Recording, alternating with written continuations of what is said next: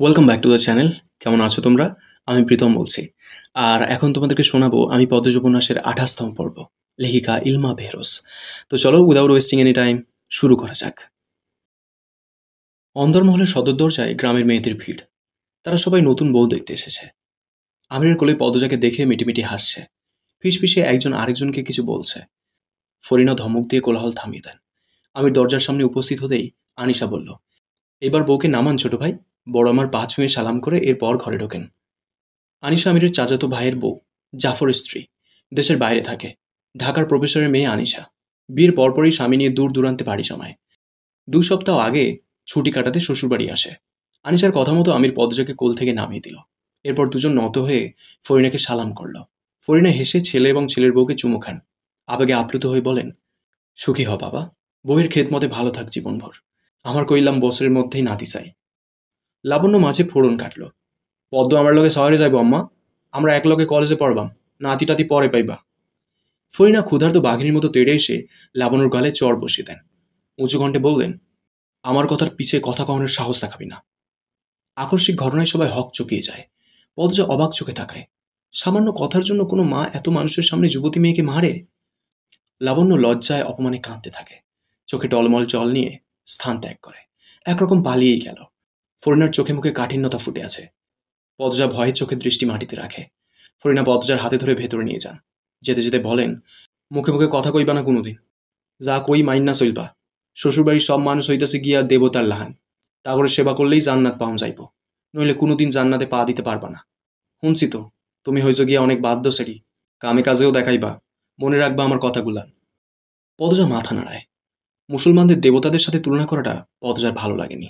কিছু কথা গলায় এসে আটকে গেছে। বলার সাহস পাচ্ছে না। ফরিনা আবার বলেন, হুনো বউ, স্বামীর উপরে কিচ্ছু নাই। স্বামীর এই দুনিয়া ভাববা। মা বাপ ভাই বোন হয়েছে গিয়া পর। স্বামী আপন। স্বামীর বাইরে কিছু ভাববা না। স্বামী যা কয় তাই মানবা। স্বামীর পা ধুইয়া দিবা নিজের হাতে। স্বামী বইতে বললে বইবা, উঠতে কইলে উঠবা, হইতে কইলে হইবা। স্বামী যখন কাছে ডাকবো কোনা করবা না। আল্লাহ বেজার হইব। ফেরেশতারা অভিশাপ দিব। দুনিয়ার স্বামীর আদরের থাইকা মধুর আর কিছু নাই। মনে রাখবা। পদ্মজা অপ্রতিভ হয়ে উঠেছে। লজ্জায় আড়ষ্টতায় সারা শরীর তীব্র গরমে ঘামছে। আনিশা ফরিনাকে ফিসফিসিয়ে বলল, বড় আম্মা, মানুষ আছে তো অনেক, পরেও বলতে পারতেন। আনিশার কথা পুরোপুরি উপেক্ষা করলেন ফরিনা। তিনি পদ্মজাকে একটা চেয়ারে বসিয়ে দিলেন। আবার বলতে শুরু করলেন, খালি স্বামী লইয়াও পইড়া ধাউন যাইব না। তোমার শ্বশুর শাশুড়ি জীবিত আছে, তাহর সেবা করবা। যখন যা করতে কই করবা। না পারলে কইবা শিখাইয়া দিমু। প্রতিদিন ভোরে উঠবা। নামাজ পড়া রান্ধা করে যাইবা। তখন বাকি সব ভুইলা রান্ধনে মন দিবা। আমির কপালের চামড়া কুঁচকে মায়ের কথা শুনছিল। এবার সে ধৈর্যহারা হয়ে বলল, রান্নাবান্না করার জন্য অনেক মানুষ আছে আম্মা। পদ্মজা রাঁধতে হবে না। আর আমার এত সেবাও লাগবে না। বড্ড ক্লান্ত লাগছে। ভিড় কমাও। আর নিয়মনীতি শেষ করো। এবার আমার বউ আমার ঘরে ছেড়ে দাও। আমিরের কথা শেষ হতেই হাসির রোল পড়ে যায়। পদ্মজা ঠোঁট টিপে হাসল। ফরিনা কিছু কঠিন কথা বলতে প্রস্তুত হন। আনিশা আমিরকে রসিকতা করে বলল, আজ তো একসাথে থাকা যাবে না। আরও একদিন ধৈর্য ধরেন। আমির প্রবল বিস্ময় নিয়ে জিজ্ঞাসা করে, কেন? বিয়ে তো হয়ে গেছে। কেউ আমিরের জবাব দিল না। উল্টা সবাই হাসতে থাকলো। আইজ কাল রাত্রিরে হতচ্ছাড়া, বলল শাহানা, জাফরের বড় বোন। আমিরের বিয়ে উপলক্ষে বাপের বাড়ি এসেছে। সাথে নিয়ে এসেছে পুরো শ্বশুর বাড়ি। আমির শাহানাকে প্রশ্ন করল, কাল রাত্রি তো হিন্দুদের নিয়ম। আমি মানি না। আমার বউ আমার ঘরে দিয়ে আসা হোক। সবসময় তেড়ামি করিস কেন? আমরাও তো নিয়ম মেনেছি, বলল জাফর, কণ্ঠে তার গাম্ভীর্যতা। তাতেও লাভ হলো না। আমির কিছুতেই এই নিয়ম মানবে না। ফরিনা, শাহানা, শিরিন, আনিশা, আমিনা সহ অনেকে আমিরকে মানানোর চেষ্টা করলো। কারো কথা আমিরের কর্ণগোচর হলো না। তার মধ্যে রিদওয়ান আমিরের সাথে তাল দিল। বলল, কাল রাত্রি তাত্রি বাদ। এসব নিয়ম মেনে লাভটা হবে কি? যার বউ তাকে তার বউ দিয়ে দাও। তুই চুপ থাক, আগুনে ঘি ঢালবি না, বললেন আমিনা। রিদওয়ান চুপসে গেল। থামল না শুধু আমির, ফরিনাও জেদ ধরে বসে আছেন। তিনি আমির পদ্মজাকে আজ কিছুতেই একসাথে থাকতে দেবেন না। যেমন মা তেমন তার ছেলে। মজিদ হাওলাদার অনেকক্ষণ যাবত এসব দেখছেন। চেঁচামেচি আর নেওয়া যাচ্ছে না। তিনি উপর থেকে নেমে আসেন। অন্তর্মহল ৩ তলার। ৩য় তলায় কেউ থাকে না। শুধু ছাদ আছে। ঘর বানানো হয়নি। অসমাপ্ত ইটের পুরনো বাড়ি। চিন্তাভাবনা চলছে ৩য় তলাটা থাকার জন্য উপযুক্ত করার। মজিদকে দেখে সবাই থেমে গেল। তিনি পদ্মজার পাশে চেয়ার নিয়ে বসেন। পদ্মজা একটু নড়ে চড়ে বসে। মজিদ পদ্মজাকে প্রশ্ন করলেন, তুমি কি চাও মা? আজ শাশুড়ির সাথে থাকবে, নাকি আমার পাগল ছেলের সাথে? ভেবে বলো। তুমি যা বলবে তাই হবে। পদ্মজা উসখুস করতে করতে বলল, জি আম্মা, আম্মার সাথে থাকবো। ফরিনার ঠোঁটে বিশ্বজয়ের হাসি ফুটে ওঠে। তিনি আমিরের দিকে তাকিয়ে ব্যঙ্গ করে হাসলেন। পরপরই পদ্মজার উপর ঝাঁপিয়ে পড়েন। চুমুতে পদ্মজা গাল ভরিয়ে দেন। একবার আর চোখে আমিরকে দেখলো পদ্মজা। আমির তাকিয়েই ছিল। পদ্মজা তাকাতেই আমির চোখ রাঙানি দিল। সঙ্গে সঙ্গে পদ্মজা দৃষ্টি ফিরিয়ে নিল। বিয়ের বাকি সব নিয়ম শুরু হয়। উপর থেকে নেমে আসেন নূরজাহান। তিনি এই বাড়ির প্রধান কর্ত্রী, মজিদ হাওলাদারের জন্মদাত্রী। কই রে আমার নাত বউটা কই? বলতে বলতে ছুটে আসেন তিনি। উপস্থিত সবাই দৃষ্টি ঘুরিয়ে নূরজাহানের দিকে তাকালো। নূরজাহান পদ্মজার সামনে এসে বসেন। পদ্মজার মুখখানা 2 হাতে ধরে দেখেন। এরপর মুগ্ধ হয়ে বলেন, বাবুদেহি সাঁত লইয়া আইছে। এই সেড়ি, তোর জন্যে আমার জামাই তো এখন আমার দিকে চাইবই না। নূরজাহান কেন এই কথা বললেন পদ্মজা ঠাহর করতে পারল না। আমির যখন হেসে বলল, আরে বুড়ি, তুমি তোমার প্রথম বউ, ভুলি কিভাবে? তখন পদ্মজা নূরজাহানের কথার মানে বুঝল। বুঝতে পেরে ঠোঁট চেপে হাসল।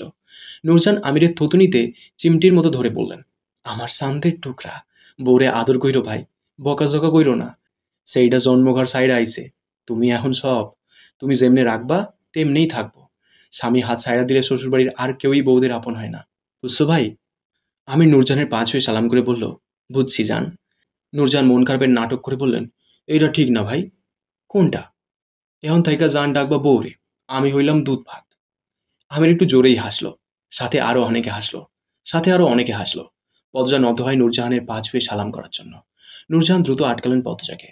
জড়িয়ে ধরে পিঠে হাত বুলিয়ে আদর করে বললেন, রূপে যেমন গুণেও তেমন থাইক্য বহিন।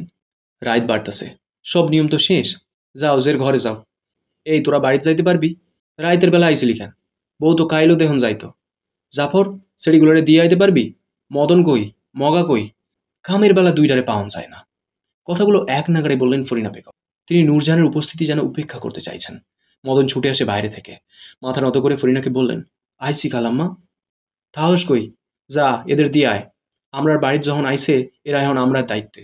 সুন্দর কইরা বাড়ির দিয়ে আইবি। আচ্ছা খালাম্মা। আপনারা চলেন। মেয়েরা সারাক্ষণ হাসছিল। যাওয়ার সময়ও হাসতে হাসতে গেল। মেয়েগুলোর উদ্দেশ্যে রানী ঠোঁট পাকায়। তা খেয়াল করলো রিদওয়ান। সে রানীর মাথায় গাঁটটা মেরে বলল, সারাক্ষণ মুখ মোরাস কেন? একদিন দেখবি তোর আর মুখ সোজা হচ্ছে না, বিয়েও হবে না। না হলে নাই, সেরিগুলারে দেখছো বড় ভাই কেমনে হে হে কইরা হাসতেছিল? তাতে তোর কি? নূরজাহান পদ্মজাকে বললেন, হ, মেলা রাত হইছে। আইও বনু, আমার ঘরে আইও। আইজ আমার লগে থাকবা। আপনার লগে কেন? পদ্মজা আমার লগে আমার ঘরে থাকবো, এইটাই তো কথা হইছে। পদ্মজাও এইটাই চায়। দেহ বউ, তর্ক কইরো না। নাত বউ আমার পছন্দ হইছে, আমি আমার লগে রাখুম। এই পদ্ম, তুমি কার লগে থাকবা? ফরিনা কিঞ্চিত রাগান্বিত স্বরে প্রশ্ন করেন। পদ্মজার অবস্থা দরজায় চাপায় পড়ার মতো। এই কোন জগতে এসে পড়ল সে? পদ্মজা গোপনে ঢোক গিলল। নূরজাহান আমিরকে আদেশ করলেন, খাড়াইয়া রইছস কেন? বউরে কোলে লইয়া আমার ঘরে দিয়া যা। আমির পদ্মজাকে কোলে তুলতে গেলে ফরিনা বললেন, বাবু, আমি তোর মা, তোরে জন্ম দিছি আমি। আমার কথাই শেষ কথা মানবি। আমার ছেলের বউ আমার ঘরে থাকবো। আমার কথা অমান্য করলে জান্নাত পাইবি না। নূরজাহান পদ্মজাকে উদ্দেশ্য করে বললেন, দেখছো নি বনু, এমন কইলজা বড় বউ কেউ ঘরে রাহে? আমি মানুষ ভালা বইলা এই বউরে বাহির কইরা দেই নাই। সহ্য কইরা কইরা এখন মরার পথে আছি। তোমাদের কারোর সাথে থাকতে হবে না, আমার বউ আমার ঘরেই চলুক, বলল আমির। কণ্ঠে তার খুশির মেলা। সুযোগ বুঝে নিজের জিনিস নিজে বুঝে নিতে চাইছে। ফরিনা তীক্ষ্ণ দৃষ্টি নিয়ে আমিরের দিকে তাকান। নূরজাহানকে বললেন, আপনার ঘরেই লইয়া যান। ফরিনার কথা শুনে আমিরের মুখটা ফাটা বেলুর মতো চুপসে গেল। নূরজাহান হাসলেন। এই হাসি বিজয়ের হাসি। ভাই, বউরে কোলে লও, লইয়া আও আমার ঘরে। নূরজাহান বললেন, আমি হেঁটে যেতে পারবো, একটু হাঁটা দরকার, মিনমিনিয়ে বলল পদ্মজা। আচ্ছা, তাহলে হাঁটো, ধরো আমার হাত ধরো। নূরজাহান হাত বাড়িয়ে দেন। পদ্মজা নূরজাহানের হাত শক্ত করে ধরে মৃদু করে হাসল। নূরজাহান এবং পদ্মজার সাথে আমির আসে। সে দাদির ঘর অব্দি যাবে। পদ্মজাকে তার মোটেও ছাড়তে ইচ্ছে করছে না। নূরজাহানের ঘরে যাওয়ার পথে পদ্মজা কান্নার সুর শুনতে পায়। কে যেন কাঁদছে। কি করুণ সেই কান্নার স্বর। এদিক ওদিক দৃষ্টি মেলে তাকালো পদ্মজা। আরেকটু এগোতেই খুব কাছে জোরে একটা আওয়াজ হয়। পদ্মজা কেঁপে ওঠে। দ্রুত সেদিকে তাকায়। তার চেয়ে 2 হাত দূরে একটা দরজা। ভেতর থেকে কেউ দরজায় ধাক্কাচ্ছে আর কাঁদছে। পদ্মজাকে ভয় পেতে দেখে আমির বলল, ভয় পাচ্ছ? কে ওখানে? এভাবে কাঁদছে কেন? দরজা খুলে দিন না। পদ্মজা ভয় এবং ব্যথিত কণ্ঠে বলল। তার কথায় আমির বা নূরজাহান কারো কোনো ভাবান্তর হলো না। পদ্মজাকে নিয়ে পাশ কেটে চলে গেল। এতক্ষণ শুনলে আমি পদ্মজা উপন্যাসের 28তম পর্ব। কেমন লাগলো কমেন্ট করে জানিও। তোমাদের একটা কমেন্ট আমাকে প্রচুর মোটিভেট করে। আর পরবর্তী পর্বগুলো খুব শীঘ্রই চলে আসবে এই চ্যানেলে, তাই চ্যানেলটিকে সাবস্ক্রাইব করে রেখো। দেখা হচ্ছে খুব তাড়াতাড়ি। ততক্ষণ সুস্থ থেকো, ভালো থেকো। Thank you.